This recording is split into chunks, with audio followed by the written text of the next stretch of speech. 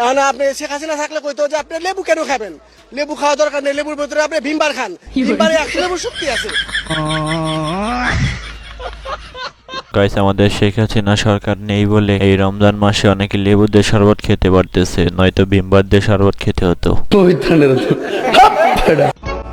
ভাই আপনি কি ফ্রি আছেন? হ্যাঁ ভাই ফ্রি আছি। তাহলে নো ভাই নামাজটা পড়ে আইগা। হ্যাঁ না ভাই আমার ঠ্যাং বিষ, আমি যে আরম না তো।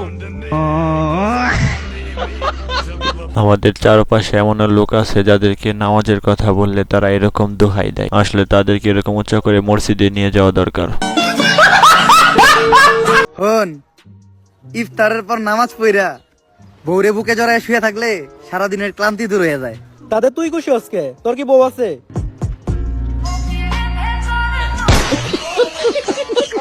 গাইস, এই রমজান মাসে একটা বউ নেই বলে এত কষ্ট।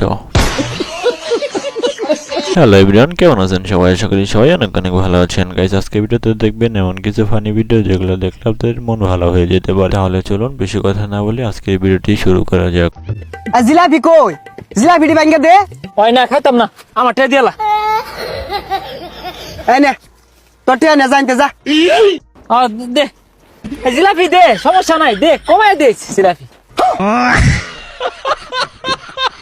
গাইস, আমাদের মধ্যে এরকম ফ্রেন্ড সার্কেল আছে যারা একটু কিছু হলে সরে যেতে চায়। তোমাদের মধ্যে এরকম ফ্রেন্ড সার্কেল আছে কিনা তা অবশ্যই কমেন্ট বক্সে বলে যাবে।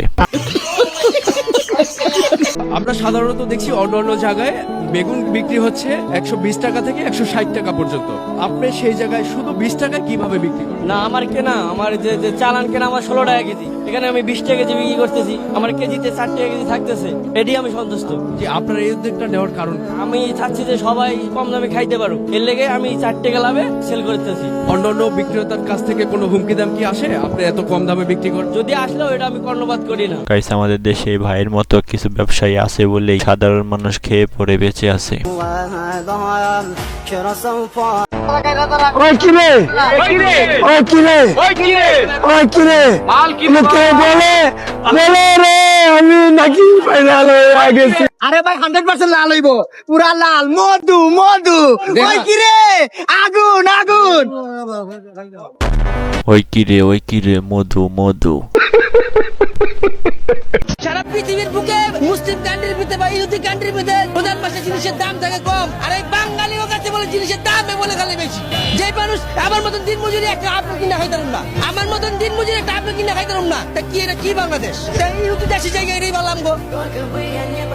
গাইস, কথাটা কিন্তু সত্য। অন্যান্য দেশে দ্রব্যমূল্যের দাম একটু কমই থাকে, কিন্তু আমাদের দেশে রমজান আসলে একটু দ্রব্যমূল্যের দাম বাড়িয়ে দেওয়া হয়। ব্যবসায়ী ভাই সাহেব, সবাই আমার কথাটা শুনেন। ওই শুনেন সবাই, ওই এই একমাত্র রমজান শুরু হয়ে গেছে গা। আমরা যারা শয়তান আছি আজকে বিদায় নেবে নিছি, কিন্তু আপনারা যারা ব্যবসা করেন তা করে আমরা থিয়া যাইতেছি। আপনারা এই রমজানের মধ্যে যা দাম আছে তার থেকে দ্বিগুণ করে দেন সবকিছু। আমরা তো সাইবার করে নিছি, আমরা বেশি ফালিয়ে যাইতেছি, ঠিক আছে না? আপনারা আমাকে বাণিজ্য রাখবেন, ব্যবসায়ী যারা আছেন তারা আমাকে বাণিজ্যটা রাখেন, ঠিক আছে? জায়গা চল দে। গাইস, শয়তানের সাথে এই চাচার কিন্তু মিলে গেছে। এই রমজান মাসে ব্যবসায়ীরা শয়তানের মূল্য রাখুক বা না রাখুক, এই চাচা কিন্তু ঠিকই রাখছে।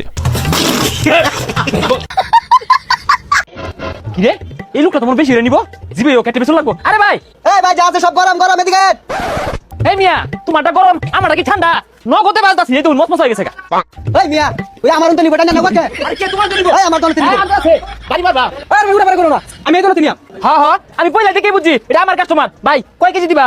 ভাই একটা পেঁয়াজ নিয়াম কমাই রাখুন যে। গাইস, কিছু কিছু ব্যবসায়ী আছে যারা কাস্টমার দেখলে টানাটানি শুরু করে দেয়, তারপর কাস্টমার যেটা করে সেটা দেখে তো ব্যবসায়ীরা অবাক হয়ে যায়। খাওয়া শেষে বিল দিতে গিয়ে আশ্চর্য হন সাহারি করতে আসা মানুষ। চিড়ে খেতে গেলাম, তারপরে খাওয়া দাওয়ার পরে মানে ওনার বিল দিতে আসলো, উনি বলছে না টাকা নেওয়া হয় না। মানে আমাদের আশ্চর্য লাগলো যে এত লোকজন খাওয়াইলো, সে বিল নিল না। এটা তো সবাই পারে না, তাই না? পৃথিবীতে এখনো অনেক অনেক মানুষ আছে যাদের হাজার হাজার কোটি টাকা আছে। আমি এই দীর্ঘদিন যাবত গৌমতী বাস স্ট্যান্ডে ব্যবসা করতে আছি। এখন উপরে আল্লাহর ইচ্ছায় তারপরে আমি এই রমজান মাসটা পুরো মাসটা আমি সিওরি ফ্রি খাওয়াই। আজকে আমরা চেয়ারি খাওয়াইছি খাসি মুরগি, চিংড়ি মাছ, শিং মাছ, পোয়া মাছ, রুই মাছ, কই মাছ, শিং মাছ, শোল মাছ। গাইস, আমরা চাই আমাদের রমজান মাসে এই ব্যবসায়ী মতো সব ব্যবসায়ী হোক, যাতে অন্তত রমজান মাসটা আমরা ভালোভাবে কাটাতে পারি।